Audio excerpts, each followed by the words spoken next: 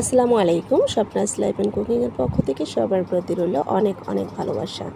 আজ রান্না করব দেশি মুরগি। আর এই মুরগি রান্নার জন্য এখন আমি কড়াইয়ের মধ্যে তেল দিয়ে দিব। তেলের মধ্যে পেঁয়াজ দিয়ে হালকা বাদামি করে ভেজে নিচ্ছি। ভেজে নেওয়া হয়ে গেলে এর মধ্যে আদা রসুন দিয়ে দেব।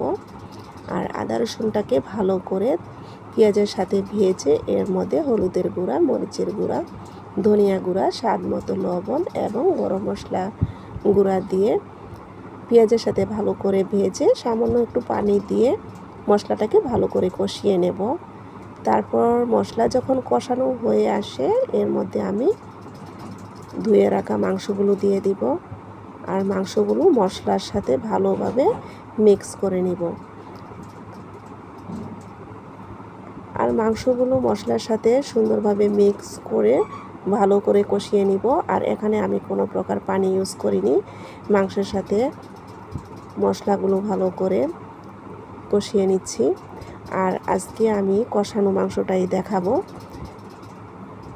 আমার এই রেসিপিটি আপনাদের কাছে কেমন লেগেছে, যদি ভালো লেগে থাকে একটি লাইক, একটি কমেন্ট করে জানাবেন।